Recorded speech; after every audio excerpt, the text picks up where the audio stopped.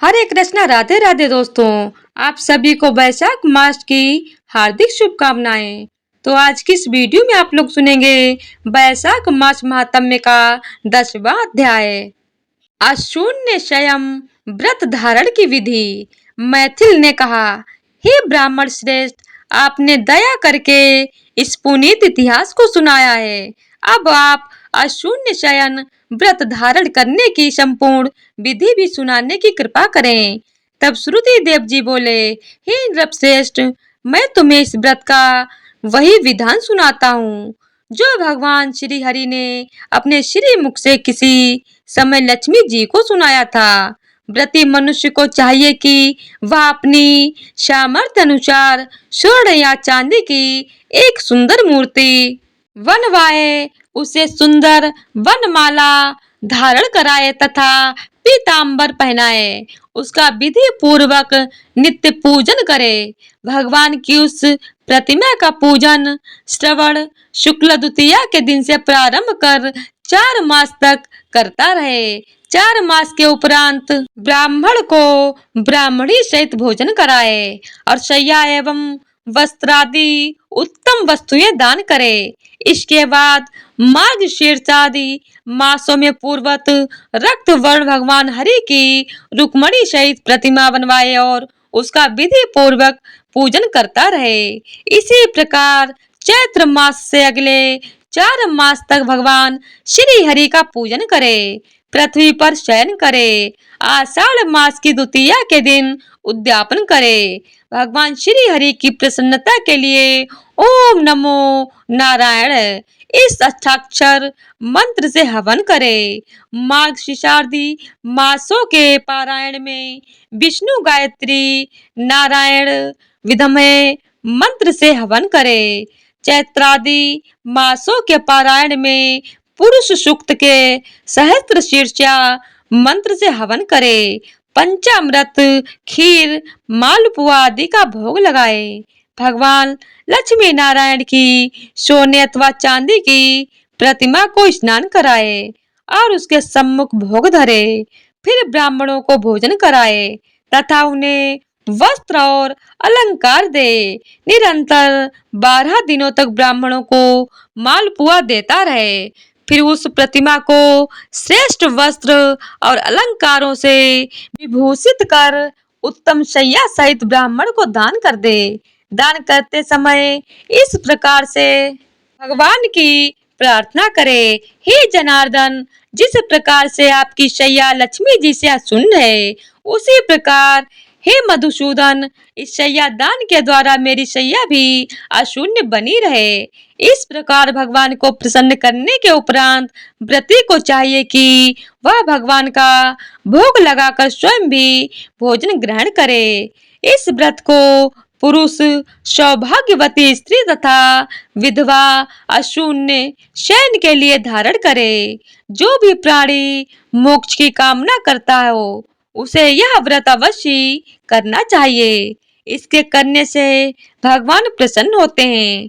इसके करने से दिव्य सिद्धियां प्राप्त होती हैं, दुर्लभ लाभों की प्राप्ति होती है तथा नाना प्रकार के सुख एवं संतान की उपलब्धि होती है। इतनी कथा सुनाने के बाद राजा मैथिल ने श्रुति देव जी से प्रश्न किया, हे ब्राह्मण, अब आप कृपा कर मुझे वैशाख मास में क्षत्रिय दान करने से प्राप्त होने वाले पुण्य का फल बताने की कृपा करें।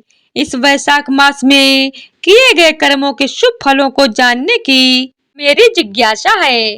तब मुनि बोले, हे राजन, वैशाख मास में क्षत्रिय दान के महात्म्य को तुम श्रेष्ठ जानो। इस विषय में एक गुप्त रहस्य को सुनो।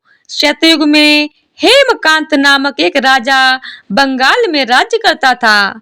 वह परम यशस्वी कुशकेतु का पुत्र था। वह महान पराक्रमी और बुद्धिमान था। एक बार जब वह शिकार खेलने गया तो उसे शिकार का पीछा करते हुए दोपहरी हो गई और वह थक गया। भोजन पानी की तलाश करता हुआ वह एक तपोवन में जा पहुंचा। उस तपोवन में परम वैष्णव शतर्षि नामक ऋषि समाधि लगाए हुए बैठे थे। राजा के वहां पहुंचने का उन्हें कोई पता नहीं चला और वे मूर्तिवत समाधि लगाए ही बैठे रहे। उस समय अपना उचित सम्मान होता हुआ न देखकर राजा को बहुत क्रोध आया और वह मुनि को मारने के लिए उद्यत हो गया। उस समय मुनि के एक सहस्त्र शिष्यों ने उसे रोका। राजा भूख प्यास से व्याकुल हो रहा था, अतः उसने शिष्यों से कहा, हे ब्राह्मणों, मैं बहुत थक गया हूँ और भूखा तथा प्यासा हूँ। तुम लोग मेरा आतिथ्य सत्कार करो। यह सुनकर उन शिष्यों ने नम्रता से कहा, हे राजन, हम अपने गुरु की आज्ञा के बिना क्या कर सकते हैं। उस समय राजा का क्रोध अधिक उग्र हो गया और उसने धनुष बाण लेकर उन ऋषि कुमारों का वध करने के लिए तीक्ष्ण बाण छोड़ दिए। वे जान बचाने की इच्छा से भागने लगे, परंतु फिर भी राजा के उन तीक्ष्ण बाणों के द्वारा 300 शिष्य मारे गए। शेष शिष्यों के भाग जाने पर राजा और उनके सैनिकों ने उस आश्रम को लूट लिया और वहीं पर भर पेट भोजन भी किया। रात्रि होने पर जब राजा अपने महल को वापस लौट कर आया और उसके द्वारा पिता कुशकेतु ने वन का सारा हाल सुना, तो वह बहुत दुखी हुआ। ऋषि कुमारों के वध की बात सुनकर राजा कुशकेतु बहुत रुष्ट हुआ। उसने अपने पुत्र की बहुत भर्त्सना की तथा उसे अपने राज्य से निकाल दिया। पिता के द्वारा निष्कासित होकर राजा हेमकांत जंगल में मारा मारा फिरने लगा। 300 ऋषि कुमारों की ब्रह्म हत्या उसे निरंतर सताने लगी। वह वन में विचरण करता और शिकार मारकर अपना पेट भरता था। इसी प्रकार उसे जंगल में रहते हुए 28 वर्ष व्यतीत हो गए, परंतु उसे एक पल को भी चैन प्राप्त नहीं हो सका। दैव्यात वैशाख मास में एक दिन दोपहर को उस वन में होकर त्रित नामक एक महामुनि जा रहे थे। वहां धूप की प्रखरता के कारण मुनि बेहोश होकर गिर पड़े। हेमकांत ने जब मुनि को इस दशा में देखा तो उसे दया आ गई। उसने ताड़ के पत्तों की छतरी बनाई और उसे मुनि के सर पर लगाकर उसकी धूप से रक्षा की। अलमूसा का जल लाकर उन्हें पिलाया और मुख पर जल की छींटें भी दी। इन उपचारों से मुनि को चेत हो गया। फिर उसी छतरी को लाकर मुनि पास की बस्ती में चले गए। उस छतरी दान के कारण ही हेमकांत की ब्रह्म हत्याओं का पाप नष्ट हो गया। ब्रह्म हत्याओं का पाप नष्ट हो जाने पर हेमकांत को बहुत आश्चर्य हुआ और सोचने लगा कि यह सब कैसे हो गया। तभी दैवात हेमकांत को संग्रहणी का रोग हो गया, जिसके कारण उसे बहुत कष्ट हुआ। फिर उसने यह देखा कि उसके सम्मुख भयंकर आकृति वाले 3 यमदूत खड़े हुए हैं। वह उन्हें देखकर बहुत ही दुखी हो गया। तभी उसे छतरी दान का स्मरण हो आया। निदान उसने भगवान विष्णु का स्मरण किया, जिससे भगवान विष्णु प्रसन्न हो गए और उन्होंने विश्वक्सेन को यह आज्ञा दी कि तुम जाकर हेमकांत की रक्षा करो और यमदूतों को भगा दो। वह वैशाख मास में छतरी का दान करने से निष्पाप हो चुका है। इस कारण तुम उसे कुशकेतु के पास ले जाकर उसका राज्य भी दिलाओ। भगवान की इस आज्ञा को पाकर विश्वक्सेन हेमकांत के पास पहुंचा। उसने उसे यमदूतों से मुक्त कराया और निरोग भी कर दिया। फिर वह उसे साथ लेकर उसके पिता के पास पहुंचा और उन्हें भगवान विष्णु का आदेश सुना दिया। भगवान की आज्ञा को शिरोधार्य कर राजा कुशकेतु ने हेमकांत को अपना राजपाट सौंप दिया और स्वयं पत्नी को साथ ले वन में तपस्या करने के लिए चला गया। हेमकांत वैशाख मास के प्रभाव को समझ चुका था, अतः उसने बड़ी लगन के साथ सदैव वैशाख मास का सेवन किया, यथोचित दान किए, छतरी और जल का दान किया। इस पुण्य के प्रभाव से वह सभी प्रकार से सुखी और संपन्न बना रहा। उसके यश और वैभव में निरंतर वृद्धि होती रही। वह इस लोक में समस्त श्रेष्ठ सुखों को भोगता हुआ पुत्र पौत्र आदि से भी सुखी बना रहा और अंत में विष्णु लोक को प्राप्त हुआ। हे राजन, इस प्रकार यह व्रत धर्म, अर्थ, काम तथा मोक्ष इन चारों फलों को देने वाला है। वैशाख मास सचमुच ही अति श्रेष्ठ फलों का दाता है। तो इसी तरह से वैशाख मास महात्म्य का 10वां अध्याय पूरा हुआ। तो प्रेम से बोलिए जय श्री हरि। तो आइए अब भगवान की भक्ति की कथा को श्रवण करते हैं। एक संत थे, वे भगवान राम को मानते थे। कहते हैं यदि भगवान के निकट आना है तो उनसे कोई रिश्ता जोड़ लो। यहाँ जीवन में कमी है, वही ठाकुर जी को बैठा दो, वे जरूर उस संबंध को निभाएंगे। इसी तरह संत भी भगवान राम को अपना शिष्य मानते थे और शिष्य पुत्र के समान होता है। इसीलिए माता सीता को पुत्र वधू के रूप में देखते थे। उनका नियम था रोज मंदिर जाते और अपनी पहनी हुई माला भगवान को पहनाते थे। पर उनकी यह बात मंदिर के लोगों को अच्छी नहीं लगती थी। उन्होंने पुजारी जी से कहा, ये बाबा रोज मंदिर आते हैं और भगवान को अपनी उतारी हुई माला पहनाते हैं। कोई तो बाजार से खरीद कर भगवान को पहनाता है और ये अपनी पहनी हुई भगवान को पहनाते हैं। पुजारी जी को सबने भड़काया कि बाबा की माला आज भगवान को मत पहनाना।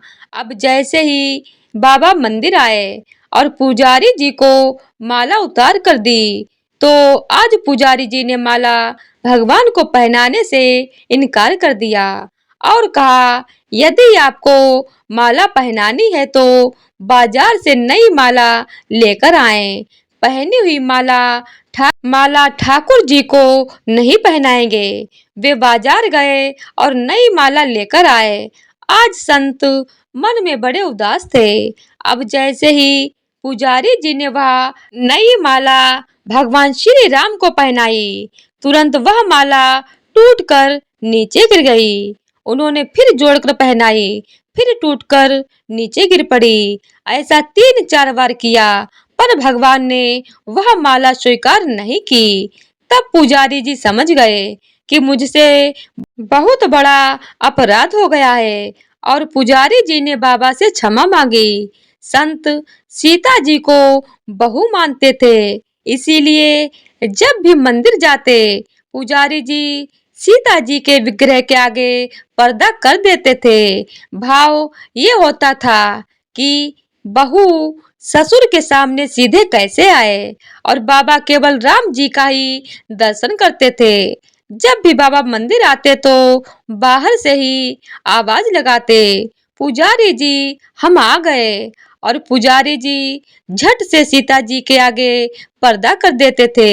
एक दिन बाबा ने बाहर से आवाज लगाई, पुजारी जी हम आ गए। उस समय पुजारी जी किसी दूसरे काम में लगे हुए थे, उन्होंने सुना नहीं। तब सीता जी ने तुरंत अपने विग्रह से बाहर आई और अपने आगे पर्दा कर लिया। जब बाबा मंदिर में आए और पुजारी जी ने देखा तो उन्हें बहुत बड़ा आश्चर्य हुआ और सीता जी के विग्रह की ओर देखा तो पर्दा लगा है। पुजारी जी बोले, बाबा आज आपने आवाज तो नहीं लगाई। बाबा बोले, पुजारी जी मैं तो रोज की तरह आवाज लगाने के बाद ही मंदिर में आया। तब बाबा समझ गए कि सीता जी स्वयं अपना आसन छोड़कर आई और उन्हें मेरे लिए इतना कष्ट उठाना पड़ा। आज से हम मंदिर में प्रवेश नहीं करेंगे।